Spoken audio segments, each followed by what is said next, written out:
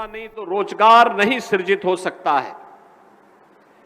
हमें अच्छे रोजगार के लिए और रोजगार की इन संभावनाओं को और विकास की गति को फास्ट करने के लिए उसी प्रकार का इंफ्रास्ट्रक्चर चाहिए, अच्छी रोड चाहिए, बेहतर कनेक्टिविटी चाहिए। और इसीलिए हम लोगों ने जो जो भी प्रस्ताव हमारे इन विधायकों ने मेरे सामने रखा, चाहे वह देवरिया से कसिया का मार्ग हो या देवरिया से बरहज का मार्ग, देवरिया के अंदर फ्लाईओवर के मामले हो या अन्य जो भी ब्रिजेज, इन सभी के लिए हम लोगों ने धनराशि स्वीकृत की। और आज मुझे बताते हुए प्रसन्नता है कि इनमें से कुछ कार्यों का आज हम शिलान्यास कर रहे हैं और कुछ का उद्घाटन भी कर रहे हैं। एक शुरुआत है, अंत नहीं है। आपने देखा होगा, यहां सांसद जी कह रहे थे देवरिया में बाईपास बन रहा है। बाईपास के साथ ही अभी एक गति और फास्ट होगी। जब देवरिया से हम लोग कसिया का ये 4 लेन की कनेक्टिविटी दे रहे हैं, तो एक कनेक्टिविटी केवल कसिया तक की नहीं है। याद करना, ये हमारे नॉर्थ साउथ कनेक्टिविटी का पार्ट है। नॉर्थ साउथ कनेक्टिविटी का मतलब पडरौना से लेकर के कसिया, कसिया से देवरिया, देवरिया से हम इसको मऊ लेके जाएंगे, पूर्वांचल एक्सप्रेस वे से जोड़ करके वाराणसी के लिए भी और लखनऊ के लिए भी जोड़ने जा रहे हैं। बहनों और भाइयों, ऐसे ही जब एक कसिया की तरफ जा रहा है तो गोरखपुर से सिलीगुड़ी का जो 4-6 लेन की एक एक्सप्रेसवे बनने जा रही है, उसके साथ जुड़ेगी।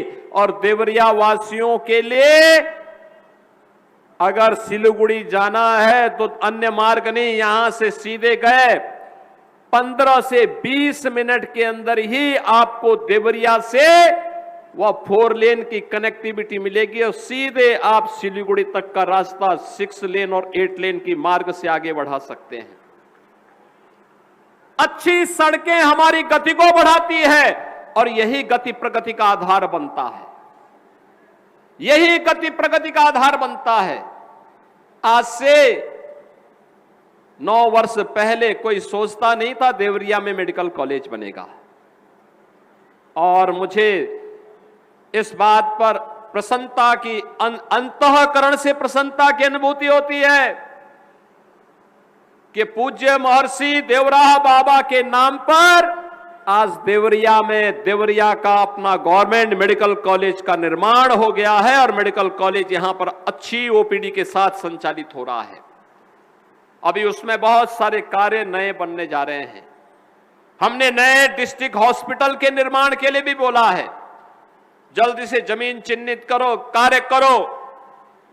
जनता से जुड़े हुई कोई समस्या नहीं रहनी चाहिए, उसका समाधान होना चाहिए।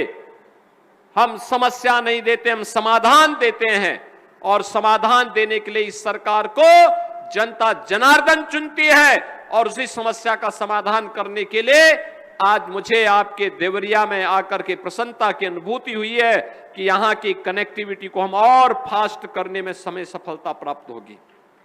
आईटीआई बन रहा है। आईटीआई केवल आईटीआई नहीं है, स्किल डेवलपमेंट का केंद्र होगा। नौजवानों की स्किलिंग होगी, उद्योग धंधों में उन्हें रोजगार मिलेगा, देश में विदेश में उनके लिए कार्य की कमी नहीं होगी। यह आज की आवश्यकता है। और जब हमारे पास अच्छे ट्रेंड मैन पावर होगा तो उसके लिए कार्य की कमी नहीं होगी। यह हमारी अर्थव्यवस्था को भी बढ़ाने में मदद करेगी। बहनों और भाइयों, क्या हाल थे 2017 के पहले उत्तर प्रदेश में? 1 डिस्ट्रिक्ट 1 माफिया, हर जिले में एक माफिया, पर्व के पहले उपद्रव, गरीबों की जमीनों पर कब्जा, किसी भी गरीब को शासन की योजना का लाभ नहीं मिलता था, चेहरा देख करके योजनाएं बांटी जाती थी। नौजवान को नौकरी नहीं, अन्नदाता किसान को शासन की योजना का लाभ नहीं, न बेटी सुरक्षित न व्यापारी सुरक्षित। शाम को 6 बजने के पहले पहले बेटी को घर के अंदर छुपना पड़ता था और व्यापारी को अपना व्यापारिक प्रतिष्ठान बंद करना होता था। उस अराजकतापूर्ण माहौल से उत्तर प्रदेश को निकालना, आज 1 डिस्ट्रिक्ट 1 माफिया नहीं, 1 डिस्ट्रिक्ट 1 मेडिकल कॉलेज है और 1 डिस्ट्रिक्ट 1 प्रोडक्ट आज उत्तर प्रदेश के अंदर देखने को आपको मिलेगा। यह है नए यूपी की पहचान। आज कोई बेटी की सुरक्षा में सेंध नहीं लगा सकता, कोई व्यापारी से जबरन गुंडा टैक्स नहीं ले सकता। आज कोई नहीं कह सकता है कि 6 बजे के पहले ही घर के अंदर बेटी दुबक जाए और व्यापारी प्रतिष्ठान बंद कर ले। आप तो उत्तर प्रदेश की बेटियां और उत्तर प्रदेश की बहनें नाइट शिफ्ट में भी उद्योगों में कार्य कर रही हैं और जब मर्जी तब अपने घर आ रही है। अगर कोई सौदा और कोई गुंडा छेड़ने का दुस्साहस करता है तो अगले चौराहे पर यमराज महाराज उसका टिकट काटने के लिए बैठे रहते हैं।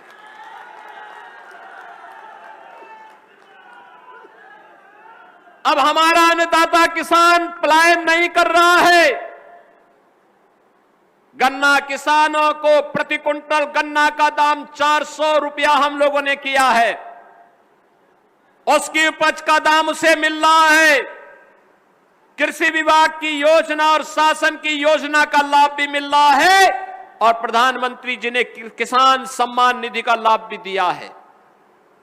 आज हर गरीब को शासन की योजना का लाभ, प्रधानमंत्री आवास योजना, मुख्यमंत्री आवास योजना, बिना भेदभाव के, बिना चेहरा देके हर गरीब को राशन की सुविधा का लाभ, उज्ज्वला योजना का लाभ। और अभी जब हर गरीब को मिल गया तो हम लोगों ने कहा शिक्षक को क्यों छोड़ दें, शिक्षक को भी हम कैशलेस स्वास्थ्य की सुविधा दे दिए, शिक्षा मित्रों को दे दिए, अनुदेशकों को दे दिए, रसोइयों को भी दे दिए हैं। सभी लोगों को हम लोगों ने इस सुविधा का लाभ दे दिया है और लगातार इसमें बढ़ोतरी हो रही है। कोई सोचता था पहले कि कुशीनगर में कृषि विश्वविद्यालय बन जाएगा, आज वह बन करके तैयार हो रहा है कृषि विश्वविद्यालय। नए सत्र में मैं साई जी से कहूंगा कृषि विश्वविद्यालय को चलाने की तैयारी करवाइए, इसको नए सत्र में इसको चला देना चाहिए। बहनों और भाइयों, ये कृषि विश्वविद्यालय केवल एक भवन नहीं है, हमारे अन्नदाता किसानों को तकनीक के साथ जोड़ करके लागत को कम करना, उत्पादन को बढ़ाना, उसकी आमदनी को बढ़ाना, प्रधानमंत्री मोदी जी के विजन के अनुरूप अपने अन्नदाता किसानों के चेहरे पर खुशहाली लाने का एक अभिनव प्रयास है। और उसी प्रयास का हिस्सा बनने के लिए आज देवरिया में मुझे एक बार फिर से आने का अवसर प्राप्त हुआ है। मैं आप सबको इस बारे में कह सकता हूं, मेरे पास जो प्रस्ताव आते हैं विकास के, क्योंकि मैं बार बार कहता हूं कि देवरिया के लोगों ने तो हम पर उपकार किया। 2022 के चुनाव में यहां की सभी 7 सीटें कमल के चुनाव चिन्ह को समर्पित करके देवरिया वासियों ने भारतीय जनता पार्टी पर एक उपकार किया है। इसलिए विकास का जो भी प्रोजेक्ट देवरिया का आएगा वो रुकना नहीं चाहिए, रुकना नहीं चाहिए, किसी भी स्थिति में रुकना नहीं चाहिए। हर हाल में विकास होगा और इसीलिए हम लोगों ने चाहे सलेमपुर का हो, तमकोही का हो, बरहज का हो, रुद्रपुर का हो, जहां के भी विकास की परियोजनाएं रही हो, ये पथरदेवा, देवरिया, रामपुर कारखाना, इन विधानसभाओं के साथ साथ सभी विधानसभाओं की इन योजनाओं को आगे बढ़ाने का कार्य। बरहज का मार्ग बहुत खराब था, हमने तत्काल पीडब्ल्यूडी के अधिकारियों से कहा भी आप जाइए वहां, तत्काल वहां पर उस मार्ग के निर्माण के कार्यक्रम को आगे बढ़ाइए। समाजवादी पार्टी के समय मोहन सिंह सेतु के निर्माण के लिए धनराशि थोड़ी सी दी गई, टोकन मनी। आप मुझे बताओ, जिस पुल के बनाने में 100 करोड़ से ज्यादा पैसा खर्च होना है, उसके लिए 1 लाख रुपया देते थे। अधूरा कार्य। हमने कहा पीडब्ल्यूडी ब्रिज कारपोरेशन को हर हाल में उस सेतु का निर्माण समय से पूरा करने की तैयारी करो। पैसा जो लगता है वर्तमान सरकार पैसा देगी। जनता की सुविधा के लिए कार्य होने चाहिए, अनावश्यक रूप से जनता को समस्या नहीं आनी चाहिए। विकास की परियोजनाएं अनवरत रूप से आगे बढ़ेंगी। हर चेहरे पर खुशहाली लाने का काम ये डबल इंजन सरकार कर रही है। नौजवान को रोजगार देने का कार्य डबल इंजन की सरकार कर रही है। अन्नदाता किसानों के लिए योजना का लाभ हो या महिला स्वावलंबन के कार्यक्रम को प्रभावी ढंग से आगे बढ़ाने का कार्य, ये डबल इंजन की सरकार कर रही है। और डबल इंजन सरकार के इन्हीं कार्यक्रमों को प्रभावी ढंग से आगे बढ़ाने के लिए आज एक बार फिर से हम लोग आज देवरिया जनपद में आए हैं। और मुझे प्रसन्नता है कि आपकी जो परियोजनाएं थी, उन परियोजनाओं को हम लोगों ने पहले भी स्वीकृति दी है। और अभी परसों मैंने पीडब्ल्यूडी की कार्य योजना को लेकर के सभी माननीय सांसदों और विधायकों के साथ एक बैठक की है। मैंने उनको कहा जनता से जुड़े हुए जो भी प्रोजेक्ट हैं इस बार दे दीजिए। इस बार हम सभी को, बाकी को सबको स्वीकृत करवा करके आगे बढ़ा देते हैं। हम मानते हैं कि वर्तमान में पश्चिम एशिया का संकट है, तेल और गैस की आपूर्ति में बाधा आई है अमेरिका और ईरान के युद्ध के कारण। उससे विटामिन मिलना थोड़ा संकटग्रस्त हुआ है। लेकिन हम लोगों ने कहा कि जहां गांव की सड़क की कनेक्टिविटी हो वहां इंटरलॉकिंग या सीसी मार्ग का निर्माण कर दीजिए। जहां हाईवे का भी निर्माण होना है वहां पे भी सीसी मार्ग का निर्माण करिए। सीसी मार्ग में मटेरियल की क्वालिटी का ध्यान दे देंगे तो जो सड़क सामान्य रूप से विटामिन से 5 से 7 वर्ष में मरम्मत के लिए आती है, जब सीसी मार्ग बनेगा लागत एक बार बढ़ेगी, लेकिन मैं कह सकता हूं कि 50 साल के लिए मरम्मत की समस्या का समाधान भी दे देगी। और हमें विकास के इसी मॉडल को अपनाना पड़ेगा, उस दिशा में आगे बढ़ना पड़ेगा। बहनों और भाइयों, सुरक्षा, सुशासन, विरासत और विकास का यह अभिनव प्रयास एक साथ आगे बढ़ेगा। आप सबका आशीर्वाद यहां पर बैठे हुए जनप्रतिनिधियों को अनवरत प्राप्त होते रहना चाहिए। किसी बहकावे में आने की आवश्यकता नहीं, किसी के बहकावे में आने की आवश्यकता नहीं। ये जनप्रतिनिधि आपके विकास के लिए समर्पित भाव के साथ कार्य करते हैं, आपकी योजनाओं को शासन तक पहुंचाते हैं, शासन से उन योजनाओं को जनपद में लेकर के आते हैं। और विकास की प्रक्रिया अनवरत रूप से आगे बढ़नी चाहिए। आपने कमल के चुनाव चिन्ह पर अपना वोट दिया, बदले में जनप्रतिनिधि विकास की योजनाओं को, वेलफेयर की योजनाओं को और विरासत से जुड़ी हुई योजनाओं को लेकर के आपके पास आते हैं। याद करिए ना देवरिया वासियों, यही देवरिया है जब सपा के समय में लार में दुर्गा पूजा के जुलूस पर लाठी चार्ज करके उसको बाधित कर दिया जाता था। यही तो जिला है और मुझे आना पड़ा था तब आंदोलन करने के लिए। ये वही जिला है। राम जन्मभूमि आंदोलन में जब लाठियां चलती थी राम भक्तों पर, यानी राम नाम से ही सपा को, कांग्रेस को परहेज था, उनको परहेज था। लेकिन अब अयोध्या में डबल इंजन सरकार की ताकत देखिए, भगवान राम का दुनिया का सबसे बड़ा मंदिर बन गया है, भव्य मंदिर का निर्माण हो गया है। यह आपके वोट की ताकत है। अच्छी सरकार आती है, अच्छा कार्य कर लेती है, पूर्वजों के उद्धार का कारण बनता है, उनकी आत्मा को सीम शांति मिल रही होगी और आपको भी आशीर्वाद मिल रहा होगा कि चलिए आपके वोट ने वह करके दिखाया जो दुनिया के अंदर कहीं नहीं हुआ।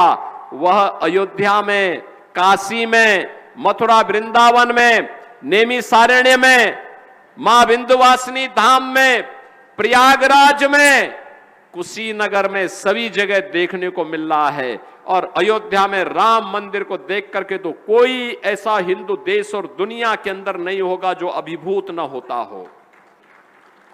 बहनों और भाइयों, ये विरासत और विकास का यह अद्भुत संगम आज यूपी की पहचान बन चुका है। और इसीलिए जहां कहीं हम लोग जाते हैं, उत्तर, दक्षिण, पूरब, पश्चिम, अरुणाचल में जाएंगे या महाराष्ट्र के सुदूर किसी कोने में, जम्मू कश्मीर हिमाचल में हो या सुदूर तमिलनाडु और केरल में, जहां कहीं भी जाते हैं हम लोगों को देख करके जिस व्यक्ति को हिंदी नहीं आती वह भी हम लोगों को देख करके बोल पड़ता है कि योगी जी जय श्री राम।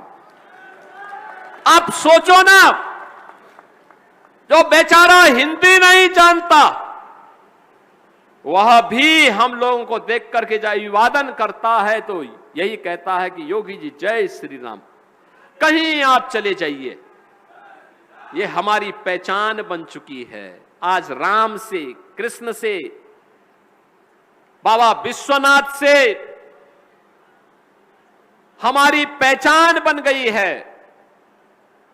स्वाभाविक रूप से इन सभी देवी देवताओं का आशीर्वाद हमें प्राप्त हो रहा है, सीधे सीधे उनकी कृपा हमारे ऊपर हो रही है। हर उत्तर प्रदेश वासी की एक नई पहचान है। और सपा के समय यही पहचान क्या होती थी? गुंडे के रूप में होती थी, माफिया के रूप में होती थी। आप जाते थे देवरिया के बाहर, यूपी की बाउंड्री छोड़ करके जैसे आप चले गए, कोई पूछता था कहां से आए हैं, आपने अगर बोल दिया कि यूपी से, तो सामने वाला व्यक्ति आपसे 10 कदम पीछे भागता था, 10 कदम पीछे भागता था।